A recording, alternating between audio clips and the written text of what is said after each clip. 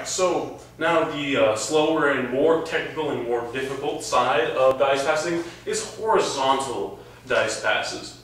Now, a horizontal dice pass can do two things. It can either stay in a knot mount, or it can go into a knot mount or out of a knot mount.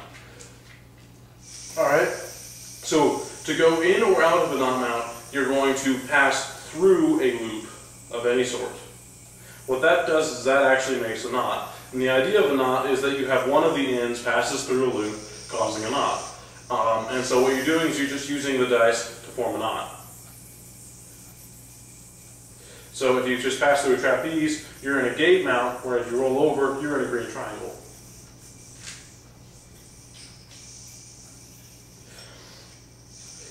And then there's also tricks where they remain in a normal mount. So, like this, where they stay, but you can still drop it and it's just fine, it's not a knot. Alright, so we're going to start with normal mounts and how to use them. So, some of the very common ways you can manipulate a horizontal dice pass is to sit in a trapeze and then grab this loop right here so you can pass it around like that. So what this does is when you grab the string like this, over here, is that gives you another fulcrum with which you can throw the dice around. Because if you have it just in a trapeze and you throw it around, well, you have nothing. So what it does is it allows you to get into a different kind of mount from a very simple mount. So again, if you just loop around or give yourself some sort of fulcrum to spin around, you'll end up in a mount that looks like this if you just go around a trapeze from the front to the back. This is initially a double or nothing, right there. You see? So only you don't have it around both your fingers. So something that I've come to do out of this is right here. This was inspired by Mason McCall because he does a trick sort of similar, where you come over here, and you underpass. You drop that, pass under, pass up on top, roll over, and it's going to fall out. Okay, so simple breakdown of that. What you're going to do is you're going to land in a trapeze using your middle finger. Then you're going to grab the string with your index finger and then use that as the fulcrum and pass the dice around, ending in this pseudo double or nothing mount. Then you're going to grab the loop above the string which your throw hand is holding with your throw hand index finger. Let me get a bit of a close-up.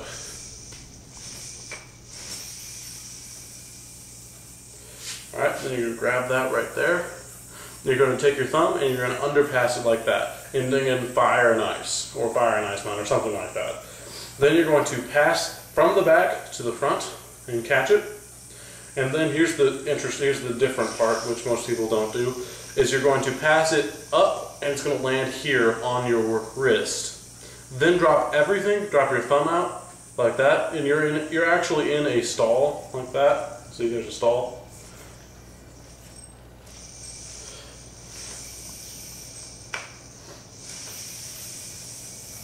Oops.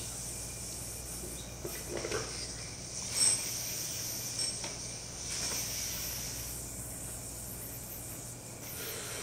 I can't hear you today.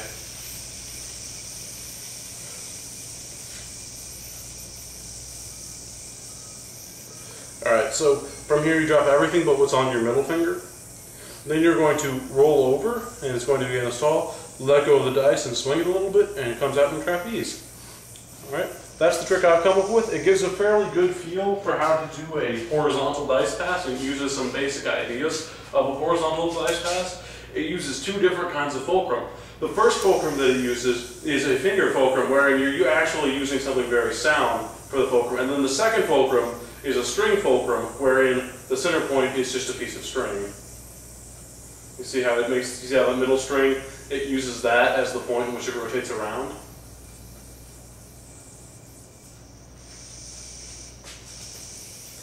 Alright, so those are the two kinds of fulcrums you can use. I didn't mention that before, but that's what they are. And now, passing through loops will change the kind of mount you're in, whether it is a knot mount or going out of a knot mount.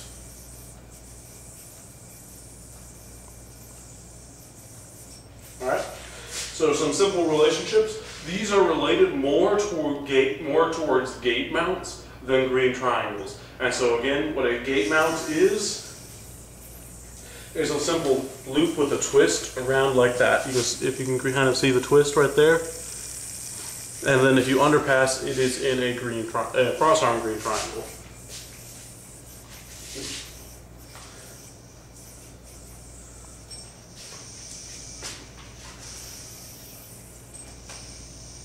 Alright, so again, if you're in a trapeze and you pass through the loop, you're going to be in a gate mount, which if you underpass is going to be in an exit out the back, cross-arm green triangle.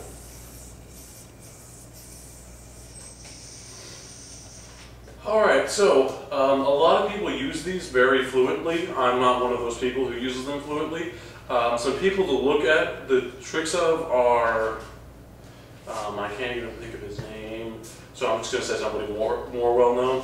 John Robb is the real master of horizontal dice passes. He knows them front and back, left and right, up and down, every which way. He's really good at them. And he does some really interesting stuff, so if you want to see really what can be done, watch his stuff, because I can't do that. And so a simple going through the pass trick, I don't know a whole lot about this one, so I'm just going to say something really easy. Beverchakus did his tutorial on it, and it's IBM. Now I'm going to I'm not going to add that in this video. I'm just going to post a link for you to watch. He has a good tutorial of it. It's pretty easy to follow. It has a lot of angles. It slows it down. It's a fairly long, fairly technical trick. It's pretty cool, in all fairness. It's a good one. It's not one of my favorites, but it's a very good one for horizontal dice passes. It has a lot of them, and it's a good one to learn for 5A. It's not really a bread and butter, but it's cool, so I recommend you learn it. So, because I have to show you something for each thing I mentioned, so what I'm going to show you is from a chopsticks. This is probably the easiest one, probably one of the first ones you learn, but if you go into a chopstick mount, drop the string so you have a loop. Drop the string so you have a loop like this, and then pass the dice between the two of them like this, horizontally.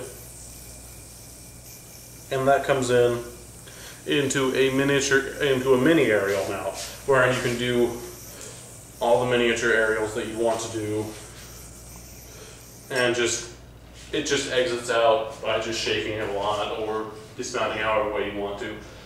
So again, from the chopsticks, drop out, pass through the center. Oops, I can't do it right now. Pass through the center.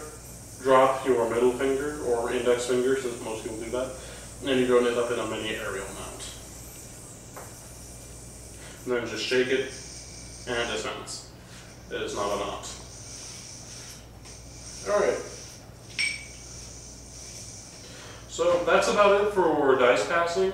Again, I will probably remake this in the future at some point when I have a greater knowledge of dice passing, but it is, of all the things with 5A, it is the thing I know the very least about. So, sorry about the lame tutorial, guys, but have a good day. I hope it helped.